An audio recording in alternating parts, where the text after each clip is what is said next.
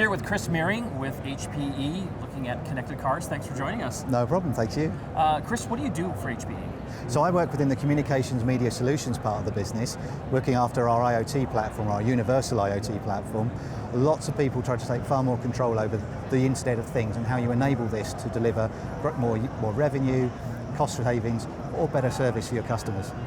But you also get to drive around cool cars. I get to play around cool cars as well, which is a double win for me, being a telecoms guy, but also a bit of a petrol fan. So. That's awesome. So what's happening with this BMW here? What kind of connected features do we have? So the connected features that we're showing in here is more of the sort of next generation of connected car services that we know car manufacturers are looking at to having the next generation of their cars. So things like vehicle to vehicle, vehicle to cloud, vehicle to infrastructure, infrastructure to vehicle services.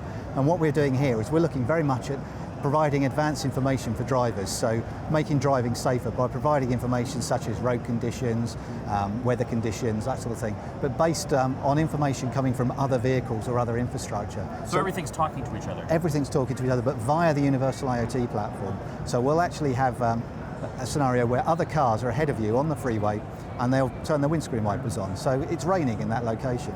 Well, in a hyper-connected world, the information that says it's raining from them transmitted to the cloud. We know the location of where it's raining. We know that cars there are reporting this.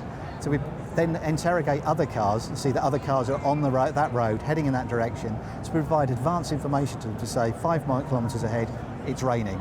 And we'll also look to see if they've got their sunroof open, their windows open, and help them closing. But we can use those services for other areas. So things like black ice is a really good example, where information from cars ahead that they've just lost traction can be transmitted to the cloud and then back to other cars further down the road that says, in this precise location, there's black ice, so be ready for it. And we can do things like change the suspension setups, change the gearbox, change the traction control. So all things that you're going to need for autonomous vehicles.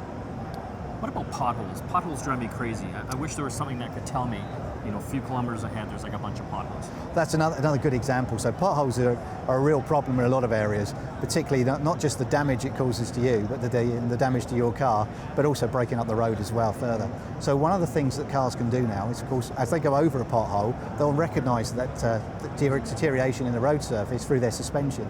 Take that information, pass it up to the cloud, store that information in the IoT platform. Now we know car manufacturers already that are doing that, making that information available to the cities, to the road authorities to tell them where they need to prioritise their road repairs. But that information is also valued to you, as you say, because if you know there's a pothole 2 kilometres ahead, then you're going to be aware of it and you're going to be looking out and you'll be ready to move to the left or move to the right to avoid it. So again, we pass that information based on where you are, what you're doing, it's your location. Say 2 kilometres ahead of you, there's a pothole. So you've got that advanced warning, you can be ready for it.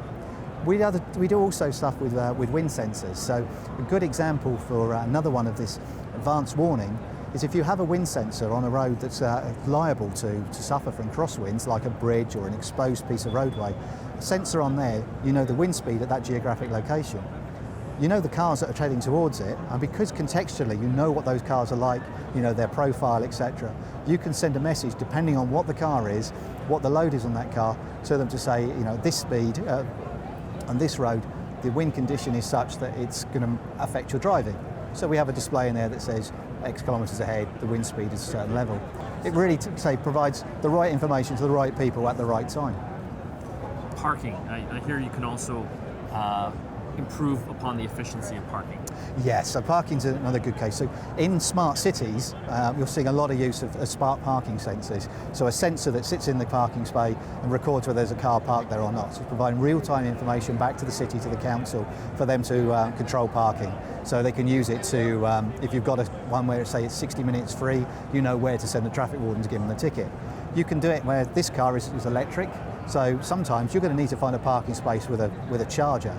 So go online, it checks to see if your battery is requiring charge, works the range out, says, okay, this is a parking space for you. You can book that space and drive straight to it. So again, this is real Internet of Things, bringing together information from one use case or one industry vertical, making it aware to another one, bringing them together to deliver new services, new revenue, new citizen engagement. So all in all, it's a win-win for everyone. Very cool, Chris. Thanks for coming on the show, and I'm just going to borrow this car for a few months. I'm sure we can arrange something. Thanks very much. Cheers.